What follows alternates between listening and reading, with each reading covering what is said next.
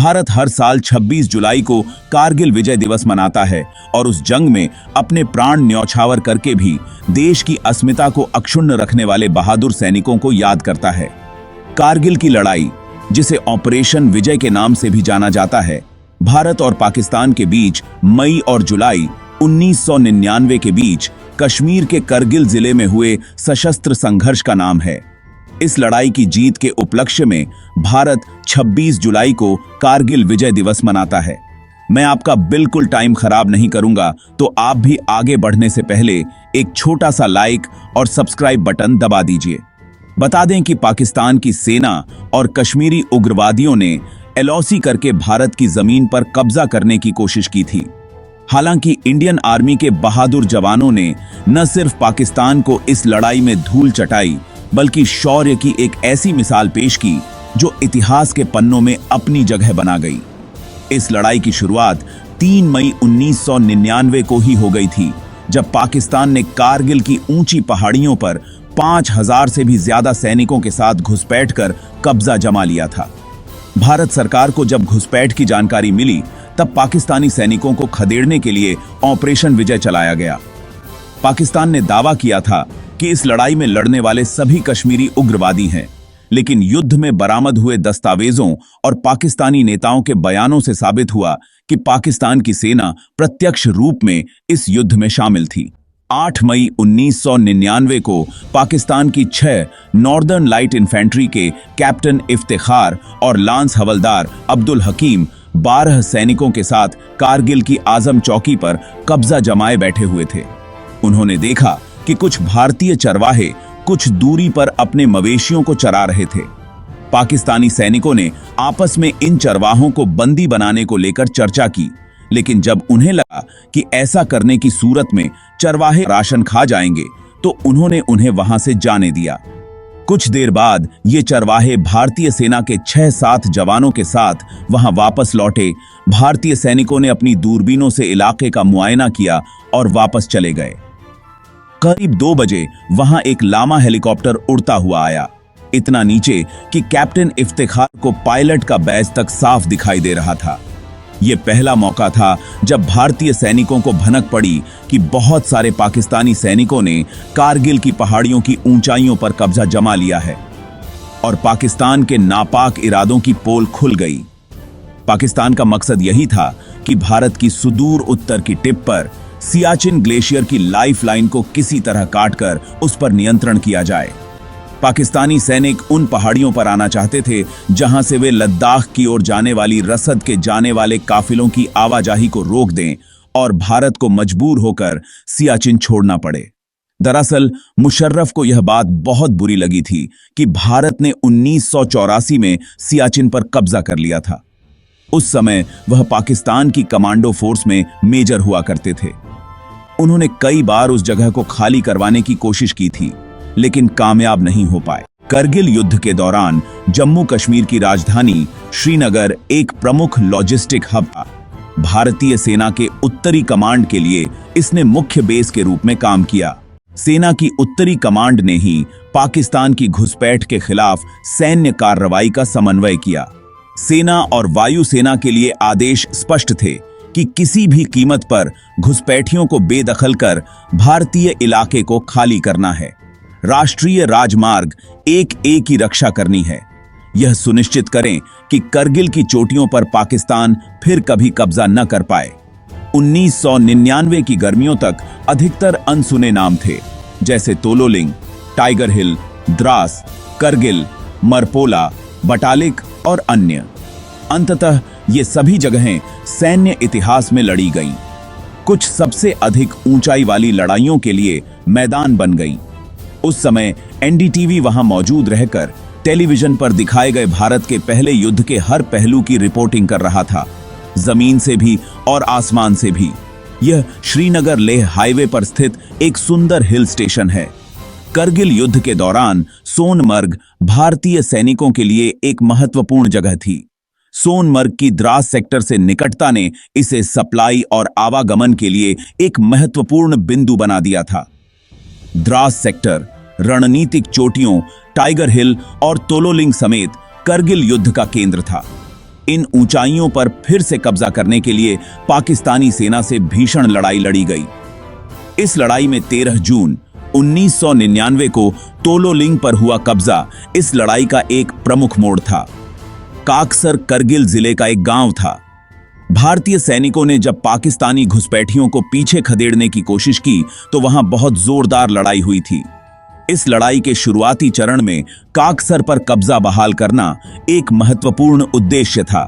करगिल कस्बा करगिल जिले का मुख्यालय है। करगिल एक प्रमुख लॉजिस्टिक हब था। करगिल युद्ध का स्मारक यहीं बनाया गया। स्मारक को इस लड़ाई में अपना बलिदान देने वाले भारतीय सैनिकों के सम्मान में बनाया गया था। सिंधु नदी के पूर्व में स्थित बटालिक सेक्टर में पाकिस्तानी सेना ने रणनीतिक महत्व की चोटियों पर कब्जा जमा लिया था। इस क्षेत्र ने इस लड़ाई में पाकिस्तानी सेना की प्रत्यक्ष भागीदारी को साबित किया। इन चोटियों पर फिर से कब्जा हासिल करने और इलाके को सुरक्षित बनाने के लिए भीषण लड़ाई हुई थी। भारतीय सेना को रसद और प्रशासनिक मदद पहुंचाने के लिए लेह ने एक महत्वपूर्ण रियर बेस के रूप में काम किया। टाइगर हिल उन सबसे ऊंची और रणनीतिक महत्व की चोटियों में से एक थी जिस पर पाकिस्तानी सेना ने कब्जा कर लिया था। इस पर फिर से कब्जा जमाना काफी महत्वपूर्ण था क्योंकि यह श्रीनगर लेह राजमार्ग पर नजर रखने के एक सुविधाजनक जगह थी। टाइगर हिल पर हमले की योजना सावधानीपूर्वक बनाई गई थी। इसमें विषम परिस्थितियों में कई दिशाओं से किया जाने वाला हमला शामिल था। ऑपरेशन करगिल युद्ध में एक महत्वपूर्ण मोड़ था। यह भारतीय सैनिकों के दृढ़ संकल्प और उनकी बहादुरी का प्रतीक था। टाइगर हिल पर सफलतापूर्वक कब्जे ने भारतीय सेना के मनोबल को काफी बढ़ा दिया। इससे एक निर्णायक जीत हासिल हुई। तोलोलिंग की लड़ाई करगिल युद्ध की एक महत्वपूर्ण लड़ाई थी। अगर अभी तक आप चैनल को सब्सक्राइब नहीं किए हैं तो अभी कर लीजिए। तोलोलिंग रिज पर पाकिस्तानी सेना ने भारी किलेबंदी की थी। राजमार्ग को सुरक्षित बनाने और लेह तक आपूर्ति लाइनों को बनाए रखने के लिए तोलोलिंग पर दोबारा कब्जा जमाना जरूरी था। इस लड़ाई के दौरान भारतीय सेनाओं को दुश्मन की भीषण गोलाबारी और कठिन इलाके का सामना करना पड़ा। कई हफ्तों की भीषण लड़ाई के बाद आखिरकार वे रिज पर कब्जा जमा पाने में सफल रहे। इस जीत से इस इलाके में भारतीय अभियानों को महत्वपूर्ण बढ़त मिली। इस जीत ने आगे की सफलताओं का मार्ग प्रशस्त किया। युद्ध के प्रारंभ में 3 मई 1999 को स्थानीय चरवाहों ने करगिल में भारतीय सेना को पाकिस्तानी सैनिकों और आतंकवादियों की मौजूदगी की जानकारी दी और 5 मई 1999 को चरवाहों की शुरुआती रिपोर्टों के जवाब में भारतीय सेना के गश्ती दल भेजे गए। पाकिस्तानी सैनिकों ने 5 भारतीय सैनिकों को पकड़कर उनकी हत्या कर दी। पाकिस्तानी सेना ने करगिल में भारतीय सेना के गोला बारूद के ढेर को नष्ट कर दिया। 10 से 25 मई के दौरान द्रास, काकसर और मुस्कोह सेक्टर में भी घुसपैठ की खबरें मिली। भारत ने करगिल जिले की सुरक्षा मजबूत करने के लिए कश्मीर से और अधिक सैनिक भेजे। भारतीय सेना ने कब्जाई गई चोटियों पर अपना कब्जा बहाल करने के लिए ऑपरेशन विजय शुरू किया। 26 मई 1999 को भारतीय वायुसेना ने ऑपरेशन सफेद सागर शुरू कर पाकिस्तानी कब्जों पर हवाई हमला शुरू कर दिया।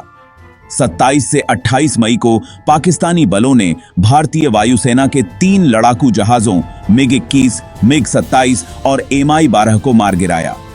1 जून 1999 को पाकिस्तान ने कश्मीर और लद्दाख में नेशनल हाईवे 1 पर गोलाबारी शुरू की। 5 जून 1999 में भारत ने पाकिस्तानी सैनिकों के पास से बरामद किए गए कागजात सार्वजनिक किए। ये कागजात इस हमले में उनकी संलिप्तता को प्रमाणित करते थे। 9 जून 1999 बटालिक सेक्टर में भारतीय सैनिकों ने 2 महत्वपूर्ण चोटियों पर फिर से कब्जा जमाया।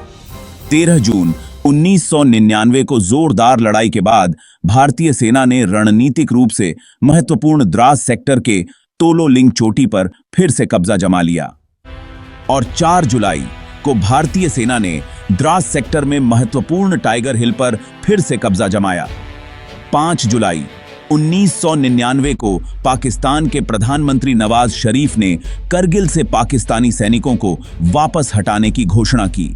11 से 14 जुलाई 1999 को जब भारतीय सेना ने महत्वपूर्ण चोटियों पर कब्जा जमाया तो पाकिस्तानी सुरक्षा बल वहां से पीछे हट गए और 26 जुलाई 1999 को भारतीय सेना ने सभी पाकिस्तानी बलों के वहां से चले जाने की घोषणा करते हुए ऑपरेशन विजय को सफल बताया।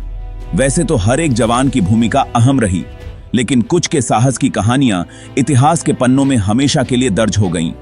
उनमें से एक हैं कैप्टन विक्रम बत्रा, जिन्हें कारगिल वॉर का हीरो भी कहा जाता है। 9 सितंबर 1974 को जन्मे कैप्टन विक्रम बात्रा इस युद्ध में 7 जुलाई 1999 को शहीद हो गए। उन्हें उनके साहस के लिए मरणोपरांत भारत के सबसे प्रतिष्ठित और सर्वोच्च वीरता पुरस्कार परमवीर चक्र दिया गया। पाकिस्तान के साथ आमने सामने की भयंकर लड़ाई में कैप्टन विक्रम बत्रा ने दुश्मन के 5 लोगों को मार गिराया। खुद गंभीर रूप से घायल होने के बावजूद विक्रम बत्रा ने आगे बढ़कर अपने लोगों का नेतृत्व किया। कोई रास्ता न बचने पर भारी गोलीबारी के बीच दुश्मनों पर सामने से वार किया। असंभव लगने वाले काम को संभव करते हुए खुद शहीद हो गए और करगिल की लड़ाई के हीरो परमवीर चक्र विजेता ग्रेनेडियर योगेंद्र सिंह यादव को इगर हिल पर 3 रणनीतिक बंकरों पर कब्जा करने का कठिन लक्ष्य दिया गया था। 3 गोलियां लगने के बाद भी उन्होंने लड़ना जारी रखा और दूसरे बंकर को तबाह कर अपनी प्लाटून को आगे बढ़ने का आदेश दिया।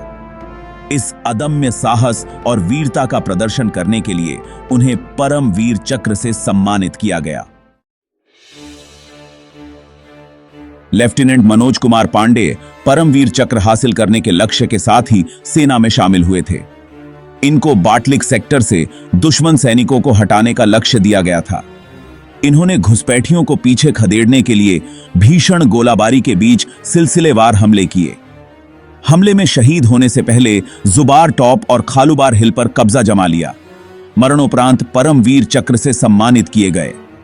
Rifleman Sanjay Kumar area flat top पर हुई लड़ाई में अदम्य साहस का परिचय दिया।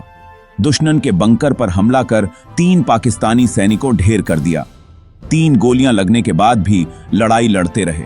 दुश्मन के मोर्चे पर तब तक कब्जा जमाए रखा जब तक कि सहायता के लिए और सैनिक नहीं पहुंच गए।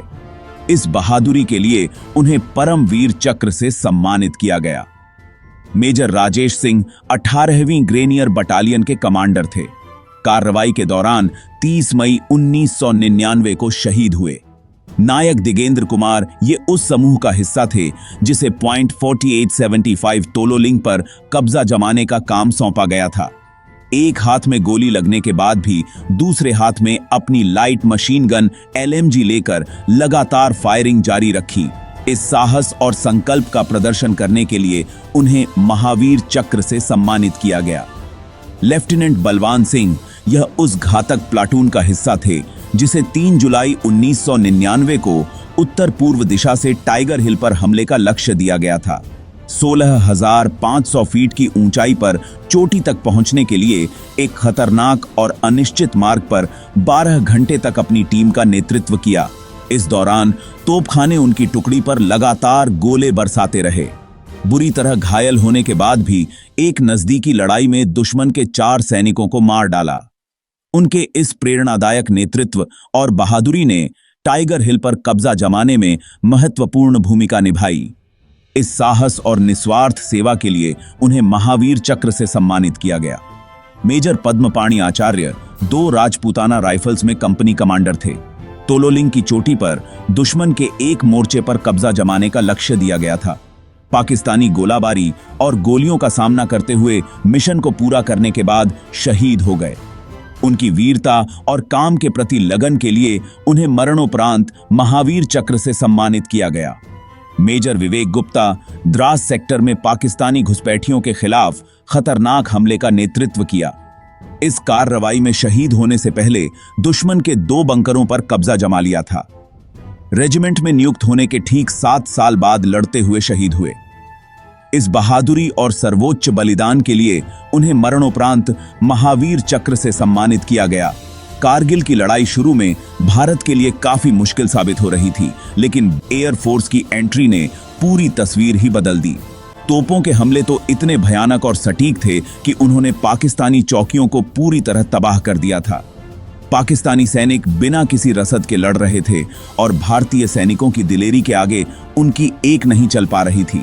वहीं कारगिल में वायुसेना की सबसे बड़ी भूमिका मनोवैज्ञानिक थी, क्योंकि पाकिस्तानी सैनिकों को जैसे ही ऊपर से भारतीय जेटों की आवाज सुनाई पड़ती, वे बुरी तरह घबरा जाते थे और इधर उधर भागने लगते थे। कारगिल की लड़ाई में भारत ने जहां बहुत कुछ खोया, वहीं पाकिस्तान पूरी तरह बर्बाद होकर रह गया। इस जंग में जहां भारत के 527 सैनिक शहीद हुए थे, वहीं पाकिस्तान के पूर्व प्रधानमंत्री नवाज शरीफ के मुताबिक उनके 2700 से 4000 सैनिक मारे गए थे। अभी तक आप चैनल को सब्सक्राइब कर ही लिए होंगे, अगर नहीं किए हैं तो अभी कर लीजिए। जंग के बाद पाकिस्तान में राजनैतिक और आर्थिक अस्थिरता बढ़ गई और नवाज शरीफ की सरकार को हटाकर परवेज मुशर्रफ सत्ता पर काबिज हो गए। वहीं भारत में जंग ने देश प्रेम को उफान पर ला दिया और अर्थव्यवस्था को भी काफी मजबूती मिली। इस युद्ध से प्रेरणा लेकर कई फिल्में भी बनी, जिनमें LOC कारगिल, लक्ष्य और धूप का जिक्र खास तौर पर किया जा सकता है। कारगिल की लड़ाई से सीख लेकर भारत ने सीमा पर सुरक्षा के लिए पुख्ता इंतजाम किए। सरकार ने एक तरफ जहां रक्षा बजट को और बढ़ाया, वहीं सेना की क्षमता बढ़ाने पर भी काम शुरू हुआ। जंग के दौरान कई तरह की अनियमितताएं भी सामने आई थीं, जिन्हें दूर करने के प्रयास हुए। साथ ही सीमा पर लगातार निगरानी की व्यवस्था की गई। कारगिल की लड़ाई ने भारत को वक्त पर कुछ ऐसे सबक दिए जो सीखने बेहद जरूरी थे। अपनी गलतियों से सीख लेकर भारत ने लगातार सुधार जारी रखा और आज इस स्थिति में पहुंच गया है कि एक साथ 2 मोर्चों पर बड़ी आसानी से दुश्मनों को संभाल सकता है। पाकिस्तान के पूर्व प्रधानमंत्री नवाज शरीफ ने कहा है कि भारत आज चांद पर पहुंच चुका है, G20 समिट होस्ट कर रहा है। भारत के पास आज खजाने में 600 अरब डॉलर हैं। वहीं पाकिस्तान 1-1 अरब डॉलर चीन और अरब देशों सहित दुनिया भर से मांग रहा है। ऐसे में हमारी उनके सामने क्या इज्जत रह गई है? हम कंगाल होने की कगार पर हैं, नवाज ने कहा। जिन लोगों ने पाकिस्तान का यह हाल किया है, वो देश के सबसे बड़े मुजरिम हैं। पाकिस्तान डेमोक्रेटिक मूवमेंट की सरकार ने देश को डिफॉल्ट होने से बचाया है, वरना देश में पेट्रोल के दाम 1000 रुपए प्रति लीटर तक पहुंच जाते। नवाज शरीफ ने देश की इस हालत के लिए retired army chief general Qamar Javed Bajwa, पूर्व ISI चीफ फैज हमीद और पूर्व चीफ जस्टिस मियां साकिब निसार को जिम्मेदार ठहराया। नवाज ने कहा, आज देश में गरीब लोग रोटी के लिए तरस रहे हैं। कौन है जो देश को इस हालत में लेकर आया है? 2017 में पाकिस्तान में ये नजारा नहीं था। तब आटा, घी, चीनी सब सस्ते मिलते थे। बिजली के बिल लोगों की जेब के हिसाब से आते थे। आज लोगों के 30,000 तक भी बिजली के बिल आते हैं। ऐसे में उनके पास बच्चों का पेट भरने के लिए पैसे नहीं बचते। मेरी हुकूमत में देश तरक्की कर रहा था। इसके बावजूद मुझे कोर्ट में 27 साल की सजा सुनाई गई। सालों तक मुझे देश से बाहर रहना पड़ा। इन सब के पीछे जनरल बाजवा और जनरल फैज का हाथ था। 1990 में भारत ने हमें देखकर इकोनॉमिक रिफॉर्म ऑर्डर लागू किया। आज देखिए उनका मुल्क कहां पहुंच चुका है। जब वाजपेयी जी भारत के प्रधानमंत्री बने थे, तब उनके देश के पास 1 अरब डॉलर भी नहीं था और आज उनके पास 600 अरब डॉलर हैं। वहीं वाइस प्रेसिडेंट हमजा शाहबाज ने कहा, नवाज ने पाकिस्तान को एक परमाणु शक्ति वाला राष्ट्र बनाया था, लेकिन आज हम भिखारी देश बन गए हैं। ये शर्म की बात है। पाकिस्तान के पूर्व प्रधानमंत्री और नवाज शरीफ के छोटे भाई शाहबाज शरीफ ने करीब 1 हफ्ते पहले घोषणा की थी कि नवाज 21 अक्टूबर को पाकिस्तान लौटेंगे। उनके स्वागत के लिए पाकिस्तान में तैयारियां भी शुरू हो चुकी हैं। PMLN की टॉप लीडरशिप की लंदन में हुई मीटिंग के बाद यह फैसला लिया गया था। दरअसल पाकिस्तान के सुप्रीम कोर्ट ने 2017 में नवाज शरीफ को पनामा पेपर्स मामले में अयोग्य घोषित कर दिया था, जिसके बाद उन्हें किसी भी पार्टी में शामिल होने से रोक दिया गया था। लाहौर हाईकोर्ट ने 2019 में नवाज को इलाज कराने के लिए 4 हफ्ते के लिए विदेश जाने की इजाजत दी थी। 19 नवंबर 2019 को नवाज लंदन गए थे और तब से देश वापस नहीं लौटे हैं। कोर्ट ने 2018 में नवाज को अल अजीजिया स्टील मिल्स भ्रष्टाचार मामले में दोषी ठहराते हुए 7 साल की सजा सुनाई थी। वहीं इवनफील्ड प्रॉपर्टी मामले में उन्हें 11 साल की सजा सुनाई गई थी और 80 करोड़ रुपए का जुर्माना लगाया गया था। 16 नवंबर 2019 को लाहौर हाईकोर्ट ने नवाज की सजा सस्पेंड करते हुए उन्हें इलाज के लिए विदेश जाने की इजाजत दी थी। नवाज शरीफ अब तक 3 बार पाकिस्तान के प्रधानमंत्री रह चुके हैं। पाकिस्तान के पूर्व प्रधानमंत्री नवाज शरीफ ने कहा है कि उन्हें 1999 में सत्ता से इसलिए बेदखल कर दिया गया था क्योंकि उन्होंने सेना के कारगिल प्लान का विरोध किया था। नवाज से भारत से रिश्ते ठीक करने पर भी जोर दिया। नवाज ने कहा, मुझे इस बात की वजह जानने का हक है कि मुझे 1993 और 1999 में सत्ता से क्यों हटा दिया गया था। पूर्व प्रधानमंत्री ने आगे कहा, मैंने कारगिल प्लान के लिए कहा था कि यह सही नहीं है। इस पर तत्कालीन सेना प्रमुख जनरल परवेज मुशर्रफ ने मुझे निकलवा दिया। बाद में मेरी बात सही साबित हुई थी। हमारी सरकार ने हर क्षेत्र में काम किया था। मेरे कार्यकाल के दौरान भारत के 2 प्रधानमंत्री वाजपेयी और वर्तमान प्रधानमंत्री मोदी पाकिस्तान आए थे। शरीफ ने कहा, हमें भारत, अफगानिस्तान और ईरान जैसे देशों से रिश्ते सुधारने की जरूरत है। हमें चीन और मजबूत रिश्ते बनाने होंगे। इमरान खान की सरकार के दौरान पाकिस्तान की अर्थव्यवस्था पर भारी गिरावट आई। फिर शहबाज शरीफ ने अप्रैल 2022 में सत्ता संभाली और देश को कंगाल होने से बचाया। फरवरी में होने वाले चुनाव से पहले पार्टी कार्यकर्ताओं से बात करते नवाज ने कहा, मुझे नहीं पता कि इमरान खान जैसे बिना अनुभव वाले शख्स के हाथ में सत्ता की डोर क्यों दी गई थी। मैं चाहता हूं कि पूर्व मिलिट्री जनरल और जज 2017 में मुझे सत्ता से हटाए जाने की वजह बताएं।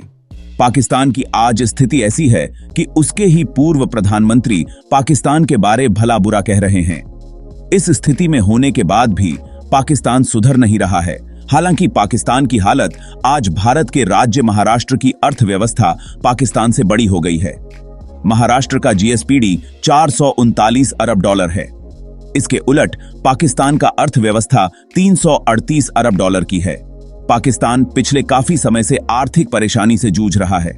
मुल्क में महंगाई आसमान छू रही है। पैसे की जुगाड़ में वह इधर उधर भीख मांगता फिर रहा है। यह किसी से छिपा नहीं है, लेकिन अब यह अकेले भारतीय राज्य से भी आर्थिक रूप से कमजोर हो गया है। यही सच है। भारत तो दूर, सिर्फ महाराष्ट्र की अर्थव्यवस्था ही पाकिस्तान से बड़ी है। अगर ये वीडियो आपको अच्छी लगी है तो चैनल को लाइक, सब्सक्राइब और शेयर जरूर कर दीजिए। एक छोटा सा सब्सक्राइब बटन दबाकर हमें प्रेरित करें ताकि हम और भी बेहतर कंटेंट बना सकें। आपका एक सब्सक्राइब हमारे लिए बहुत मायने रखता है। धन्यवाद।